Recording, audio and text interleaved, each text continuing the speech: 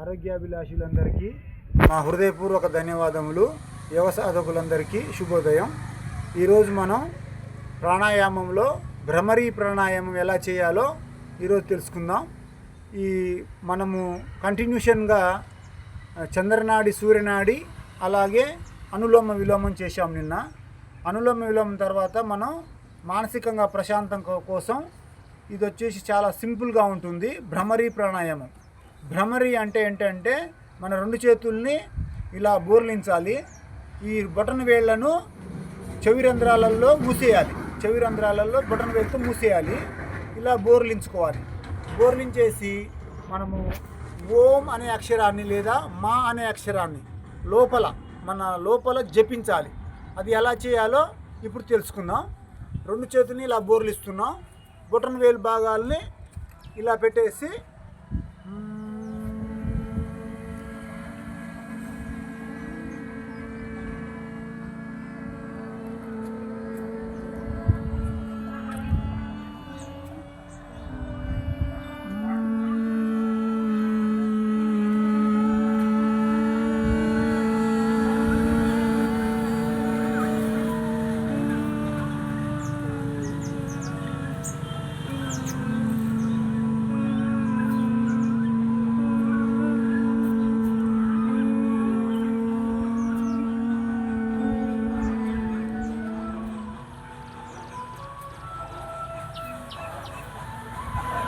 ఇలా మనం భ్రమరీ ప్రాణాయామాన్ని, ఇది చాలా సింపుల్ కాబట్టి కుర్చీలో కూర్చొని కానీ లేదా మామూలు ఇలా కూర్చొని కానీ ఏ వయసు వారైనా 70-80 సంవత్సరాల వాళ్ళు కూడా ఎక్కువ సార్లు, ఒక 4-5 సార్లు కూడా భ్రమరీ ప్రాణాయామాన్ని చేసుకోవచ్చు.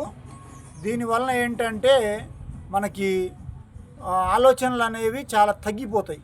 ఆలోచనల నుంచి మనం ఎక్కువ ఆలోచనలో ఉన్నప్పుడు ఇలాంటి భ్రమరీ ప్రాణాయామం చేసినప్పుడు చాలా బాగా అనిపిస్తుంది. ఈ యొక్క మెదడు భాగం కూడా యాక్టివేట్ అవుతుంది. కావున దీన్ని ప్రతినిత్యం ఒక సీరియల్ వైజ్గా, జనరల్గా ప్రాణాయామంలో మనము ఫస్ట్ చేసే ప్రాణాయామం పేరు భస్త్రికా ప్రాణాయామం చేస్తాం. ఆ భస్త్రికా వచ్చేసిన తర్వాత కపాలభాతి చేస్తాం. అది మేము వీడియోస్లలో ఉన్నవి సీరియల్గా. ఫస్ట్ది భస్త్రిక, రెండవది కపాలభాతి, మూడవది చంద్రనాడి, సూర్యనాడి, తర్వాత అనులోమ విలోమం. ఇప్పుడు చేసిన దాని పేరు భ్రమరి. ఇలా మనం కంటిన్యూషన్గా టైం ఉన్నప్పుడు అన్నీ చేయాలి. టైం లేనప్పుడు మనకి ఏది ఇంట్రెస్ట్గా ఉంటుందో, మన శరీరము సహకరించేటువంటి వాటిని ఇంట్రెస్ట్గా ఎవరికి బాగా అనిపిస్తుందో వాళ్ళు ఆ విధంగా చేసుకున్నట్లయితే, ఈ ప్రాణాయామం చేసి మెడిటేషన్ చేసినట్లయితే మెడిటేషన్ చాలా బాగా కుదురుతుంది. కావున అందరికీ మా యొక్క హృదయపూర్వక ధన్యవాదములు. నమస్కారం. Thank you.